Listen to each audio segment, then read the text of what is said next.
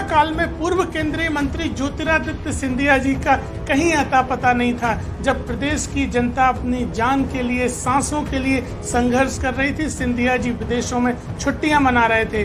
अब जब कोरोना का प्रकोप कुछ कम होना प्रारंभ हुआ तो सिंधिया जी फिर से भोपाल आ रहे हैं, अपने समर्थकों को निगम मंडल में एडजस्ट करवाने और जो भी मलाई दिलवा सकें केवल और केवल सत्ता की मलाई के लिए आ रहे हैं। सिंधिया जी ने जब सरकार गिराई उस समय हमारी सरकार अतिथि विद्वानों को नियमित करने की दिशा में कदम बढ़ा चुकी थी। आखिरी कैबिनेट की बैठक में अतिथि विद्वानों को नियमित करने के लिए प्रस्ताव भी ले आई थी, लेकिन उसी समय सिंधिया जी ने सरकार गिरा दी। अब जिनके नाम पर सरकार गिराई ढाल तलवार बनने की बात करते थे, भोपाल आए हैं तो मुख्यमंत्री जी से, सरकार से उनको नियमित करवाने की दिशा में आदेश जारी करवाएं। इसलिए हमारा सिंधिया जी से निवेदन है कि जनता की आंखों में धूल न झोंकें और अतिथि शिक्षक, अतिथि विद्वानों को नियमित करवाएं।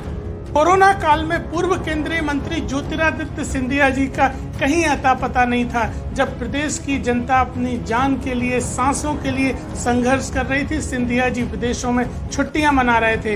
अब जब कोरोना का प्रकोप कुछ कम होना प्रारंभ हुआ तो सिंधिया जी फिर से भोपाल आ रहे हैं, अपने समर्थकों को निगम मंडल में एडजस्ट करवाने और जो भी मलाई दिलवा सकें केवल और केवल सत्ता की मलाई के लिए आ रहे हैं। सिंधिया जी ने जब सरकार गिराई उस समय हमारी सरकार अतिथि विद्वानों को नियमित करने की दिशा में कदम बढ़ा चुकी थी। आखिरी कैबिनेट की बैठक में अतिथि विद्वानों को नियमित करने के लिए प्रस्ताव भी ले आई थी, लेकिन उसी समय सिंधिया जी ने सरकार गिरा दी। अब जिनके नाम पर सरकार गिराई ढाल तलवार बनने की बात करते थे, भोपाल आए हैं तो मुख्यमंत्री जी से, सरकार से उनको नियमित करवाने की दिशा में आदेश जारी करवाएं। इसलिए हमारा सिंधिया जी से निवेदन है कि जनता की आंखों में धूल न झोंकें और अतिथि शिक्षक, अतिथि विद्वानों को नियमित करवाएं।